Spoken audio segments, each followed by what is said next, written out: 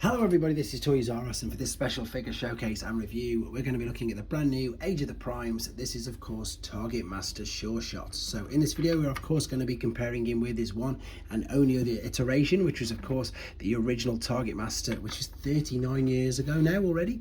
We're going to have a look at his little Targetmaster partner, Spoil Sport, and see how he transforms and how you can use him in both modes. And of course I'll bring in a few other figures from the same toy line to give you an idea of size and scale.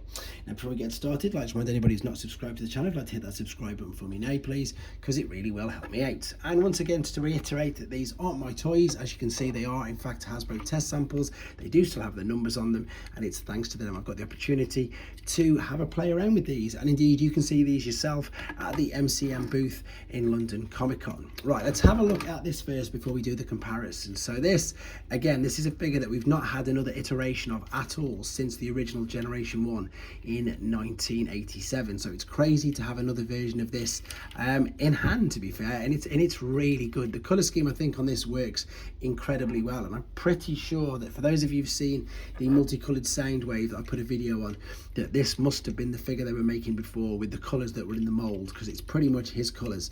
Anyway, as you can see, the wheels on here do all spin around, no problem whatsoever. That will roll pretty fast, but I don't want to roll it off this particular side.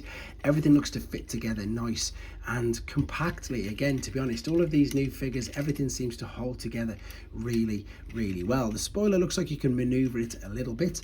The 5mm ports on the front are brilliant, which means you can get Spoil Sport, which pretty much, it's a great homage to his original one. Where's the original one? Here it is.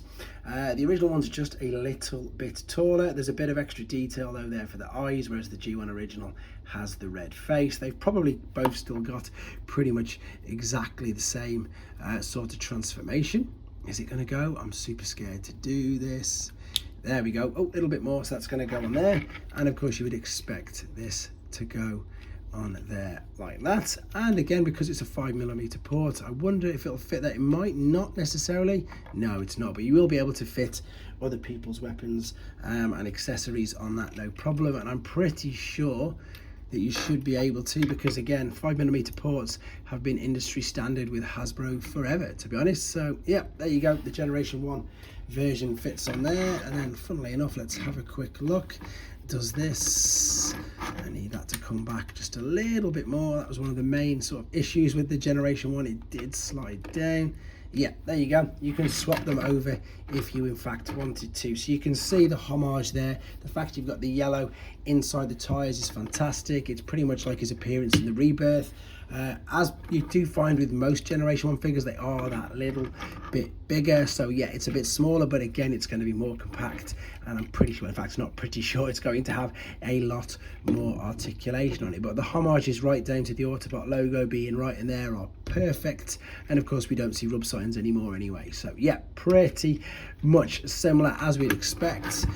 All I want to do now is do the comparison in robot mode. So let's just get him into robot mode and we'll come straight back. Right, we're back for the final time with him in his robot mode. Apologies, no transformation process on this particular video. Because it's a test piece, I may or may not be able to get it done for you today, but I will get it done at some point over the weekend. Right, the robot mode again speaks for itself. You can see instantaneously how much more articulate the new one is going to be. And I don't get me wrong, I'm probably a teeny bit biased of course, but I still love the originals. Just even though they were super basic, they just were still really fun toys. But the homage to this is fantastic, it really is. And the funny thing that I've just had a bit of a chuckle to myself, and if you've been a long time watcher of the channel, it's one of the very first things that I said to Evan in the first interview I ever did about 4 years ago. Whatever happened to sliding hands? And of course, funnily enough, this guy's got one. And I know sometimes the tabs can get broke, but of course it always means that you don't get forearm gaps. But to be honest, this one, I'm not too sure. There is a forearm gap there, so if it was a sliding fist, it perhaps could have clicked in, but that perhaps more means that it is going to be for transformation purposes.